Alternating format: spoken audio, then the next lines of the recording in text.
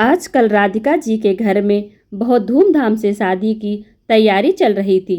हर कोई बढ़ चढ़कर शादी में हिस्सा ले रहा था। पता ही है शादी के घर में कितने काम होते हैं। जब तक बेटी विदा न हो जाए तब तक कुछ न कुछ कमी रहती ही है। यही हाल राधिका जी और उनके पति मोहन जी का हाल था। वो बेटी की शादी में कोई कमी नहीं रखना चाहते थे। हर चीज़ को अच्छे से अच्छा करने की कोशिश कर रहे थे। राधिका जी अपने पति मोहन जी से बैठकर बातें कर रही थी। तभी उनके बेटे का फ़ोन आ गया। बेटा कब आ रहे हो? बहन की शादी में बस कुछ ही दिन रह गया। अभी बहुत काम है बेटा, बस जल्दी आ जाओ। बस माँ 1-2 दिन में आ जाएंगे। राधिका और मोहन जी के एक बेटा जीवन और बेटी मीरा है। जीवन की शादी अभी 2 साल पहले ही कामनी से हुई थी। दोनों पति पत्नी मुंबई में नौकरी करते थे और अभी दोनों का ऑफिस से छुट्टी नहीं मिली थी, इसलिए वे लोग अभी आ नहीं पाए। बेटी का अच्छे घर से रिश्ता आ गया तो इस साल उसकी शादी है, जिसकी तैयारियों में मोहन जी लगे हुए हैं। बीच बीच में जीवन भी शादी की तैयारियों का जायजा लेने आ जाता था। हाँ, उसकी पत्नी कामनी नहीं आ पाई थी क्योंकि दोनों का साथ में आना थोड़ा मुश्किल हो जाता था। कामनी ने अपनी सास से कहा, मम्मी जी, आपके या मीरा के लिए कुछ सामान लाना हो तो मैं लेती आऊँगी, आप बता दीजिए। पति के हाथ से फ़ोन लेती हुई कामनी बोली, क्योंकि कामनी और उसकी सास का रिश्ता सास बहू का नहीं, एक दोस्त का था। कामनी हर बात बहुत आसानी से अपनी सास से कह लेती थी। नहीं बेटा, बस तुम अपनी नौकरी करके आना, यहाँ तुम्हें कुछ लेने का समय नहीं मिलेगा। अभी तुम बहुत काम पड़े हैं, आकर तुम उसमें बिजी हो जाओगी। मम्मी जी, मैंने तो हर फंक्शन में पहनने के लिए ड्रेसेस ले ली, साथ में मैचिंग ज्वेलरी और चूड़ी सेट भी ले लिया। बच्चों की तरह चहकती हुई कामनी बोली, हाँ भाई, दुल्हन की भाभी हो, सबसे सुंदर तो लगना ही चाहिए। चलो ठीक है बेटा, फ़ोन रखती हूँ, तुम लोग अपना ख्याल रखना। बस अब जल्दी आ जाओ। जिस दिन दोनों की फ़्लाइट थी, फ़्लाइट में कुछ देर पहले जीवन का फ़ोन आया, पापा, कामनी नहीं आ पाएगी। उसकी मम्मी को हार्ट अटैक आया है। उसके भैया भाभी को दूसरे शहर से आने में वक्त लगेगा क्योंकि वो लोग बिजनेस की वजह से आउट ऑफ सिटी हैं।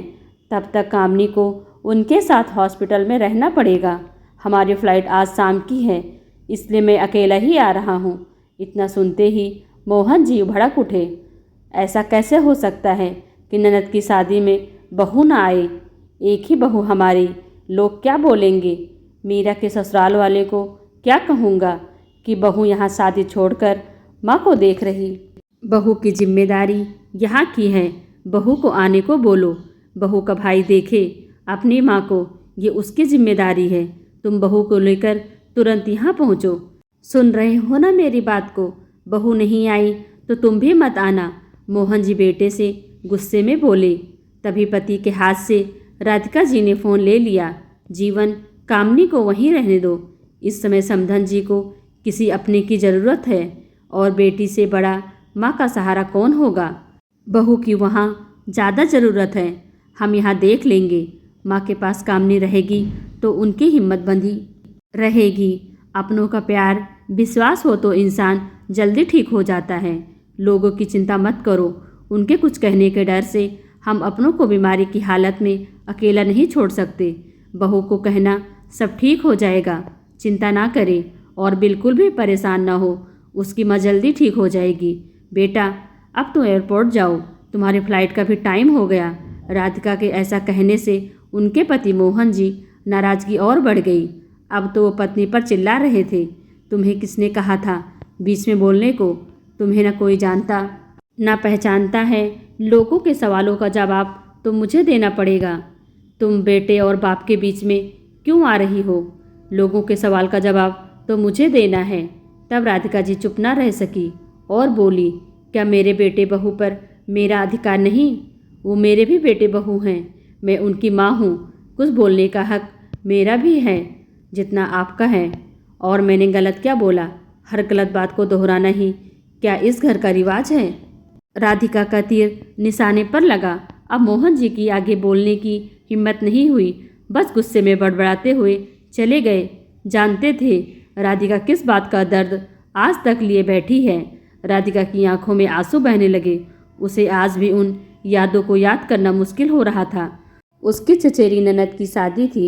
उसी दौरान उसकी मम्मी की तबीयत भी बहुत खराब हो गई थी। जब उसने मोहन से माँ को देख आने की बात कही तो मोहन ऐसे ही भड़का था जैसे राधिका ने कितना बड़ा गुनाह कर दिया है। राधिका, तुम घर की पहली और बड़ी बहू हो। इस समय तुम्हारी ज़रूरत यहाँ है। वहाँ तुम्हारा भाई है, वो देख लेगा। तुम्हारा फर्ज पहले ससुराल के लिए है, न कि मायके के लिए। उसने बड़ी आस भरी नज़रों से सासू माँ की तरफ देखा, पर उन्होंने भी उसका साथ नहीं दिया। पूरी शादी में अपने आंसुओं को छुपाकर होठों पर मुस्कुराहट बिखेरना कितना मुश्किल था, वही जानती है। अगले दिन उसे अपनी मम्मी के देहांत की खबर मिली और उसको ये अफसोस जिंदगी भर रहेगा। वो अपनी माँ से मिल सकती थी, लेकिन उस पर जिम्मेदारियों का बोझ डालकर मना कर दिया गया था। ऐसा नहीं था कि वो बहू के ना आने से दुखी नहीं थी, लेकिन फिर भी वो चाहती थी कि कामनी उसकी अपनी माँ के पास रहे, क्योंकि माँ सिर्फ बेटे की जिम्मेदारी नहीं होती, बेटियों की जिम्मेदारी भी होती है। और एक बेटी से वो ये हक नहीं छीन सकती। वो नहीं चाहती थी जो उसके साथ हुआ वो बहू के साथ भी हो। आज भी उसकी आंखों में आंसू थे, मगर खुशी के। उसे खुशी थी कि उसने अपने बहू का साथ दिया। उसकी बहू को उस दर्द से नहीं गुजरना पड़ेगा जो उसने स्वयं भोगा था। लेकिन ये बात वो भी अभी भी समझने में असमर्थ थी कि बहू हो जाने से बेटी की अपने माता पिता के लिए जिम्मेदारी ख़त्म कैसे हो जाती है। बेटों की तरह बेटियां भी तो अपने माँ बाप की जिम्मेदारी उठा सकती हैं ना, क्योंकि माँ को खोना क्या होता है वो राधिका जी बहुत अच्छे से समझती थी। शादी के बाद एक बेटी की जिम्मेदारी बस ससुराल नहीं होती, वक्त आने पर वो माँ बाप की जिम्मेदारी भी उठा सकती है। दोस्तों, आपको यह कहानी कैसी लगी कमेंट कर हमें ज़रूर बताएं। वीडियो को लाइक कर चैनल को सब्सक्राइब करना बिल्कुल भी ना भूलें। Thanks for watching.